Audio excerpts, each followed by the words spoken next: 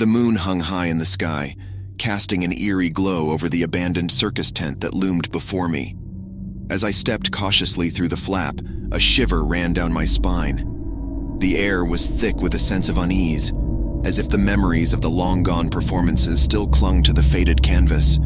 I had heard the stories, whispers of a clown that haunted the deserted tent. It was said that he had once been the star of the show, but something had gone horribly wrong. Now, his laughter echoed through the night, a haunting reminder of a twisted fate. My heart pounded as I explored the dimly lit interior. The rows of empty seats seemed to stare at me with hollow eyes. The scent of stale popcorn and sawdust lingered in the air, a melancholic ode to days of laughter and excitement. As I ventured further, a sudden rustling caught my attention. My flashlight revealed a colorful blur in the corner, a clown's costume discarded on the ground. The vivid hues seemed muted in the darkness, and an uneasy feeling settled over me. I turned to leave, but a sound stopped me dead in my tracks. The faint sound of laughter, high-pitched and manic. I spun around, my heart racing, only to come face to face with a clown, his makeup streaked and his costume tattered. His eyes, once filled with mirth, bore into me with an unsettling intensity. The corners of his mouth curled into a sinister grin, and his laughter seemed to reverberate through the very fabric of the tent.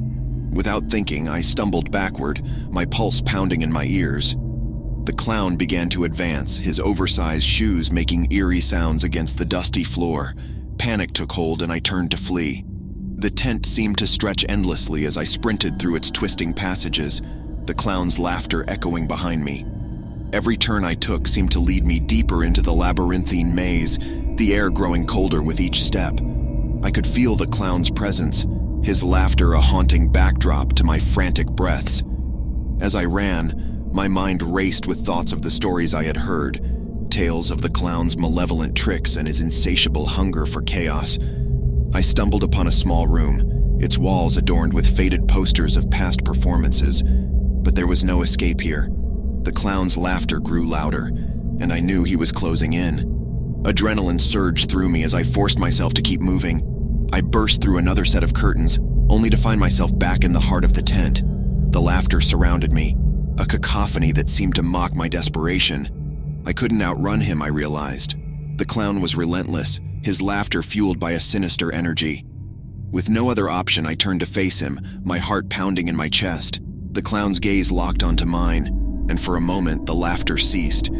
In the silence, I saw a flicker of something, a glimpse of the performer he had once been before his fall from grace. But as quickly as the moment came, it vanished, and the clown's laughter erupted once again. It echoed through my mind, filling me with a mixture of fear and defiance.